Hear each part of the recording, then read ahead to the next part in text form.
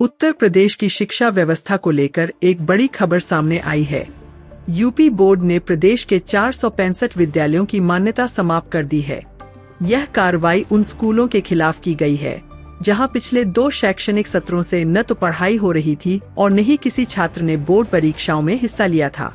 माध्यमिक शिक्षा परिषद प्रयागराज के सचिव भगवती सिंह द्वारा जारी आदेश के अनुसार इन स्ववित्त पोषित माध्यमिक और इंटरमीडिएट विद्यालयों में लंबे समय से शैक्षणिक गतिविधियां बंद थीं।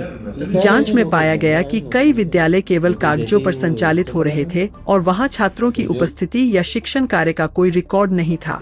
यूपी बोर्ड ने स्पष्ट किया है कि इंटरमीडिएट शिक्षा अधिनियम 1921 के विनियम 11 के तहत यदि किसी विद्यालय में लगातार 2 वर्षों तक अध्ययन कार्य संचालित नहीं होता या उसके छात्र बोर्ड परीक्षाओं में शामिल नहीं होते हैं, तो उसकी मान्यता स्वतः समाप्त मानी जाती है। इसी नियम के तहत 465 विद्यालयों पर यह कार्रवाई की गई है। सचिव भगवती सिंह का कहना है कि शिक्षा की गुणवत्ता बनाए रखने और छात्रों के हितों की रक्षा के लिए यह कदम बेहद जरूरी था। उन्होंने कहा कि शिक्षा व्यवस्था में पारदर्शिता और जवाबदेही सुनिश्चित करने के लिए ऐसे निष्क्रिय विद्यालयों के खिलाफ आगे भी सख्त कार्रवाई जारी रहेगी। शिक्षा विभाग की इस कार्रवाई को प्रदेश में स्कूल शिक्षा व्यवस्था को मजबूत करने की दिशा में एक महत्वपूर्ण कदम माना जा रहा है। इससे न केवल फर्जी और निष्क्रिय विद्यालयों पर रोक लगेगी, बल्कि वास्तविक रूप से संचालित शिक्षण संस्थानों को भी बेहतर माहौल मिलेगा।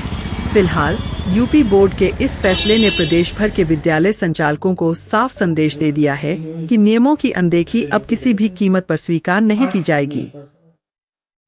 इंटरमीडिएट शिक्षा अधिनियम 21 की नियमावली के अध्याय 7 में ये प्रावधान है कि ये कोई भी संस्था जो मान्यता प्राप्त है और उसके द्वारा अपने बच्चों का रजिस्ट्रेशन नहीं कराया जा रहा है लगातार 2 वर्ष तक, उनके बच्चे परीक्षा में नहीं अपीयर हो रहे हैं, उनकी मान्यता स्वतः समाप्त हो जाएगी। इस वर्ष हमने आंकड़ों को देखा है और परीक्षण करने के बाद पाया गया कि लगभग 865 ऐसी संस्थाएं थी जिनमें लगातार 2 वर्षों से उनमें पंजीकरण था और बच्चे भी परीक्षा में नहीं होते, तो उक्त प्रावधानों के तहत भी स्वतः मान्यता प्राप्त हुई, जिसको जनहित में सभी लोगों को पूछताछ और साथ ही शिक्षार्थी को दुरुपयोग न होने पाए आवश्यक संस्था में ध्यान देना होगा, ये सामान्य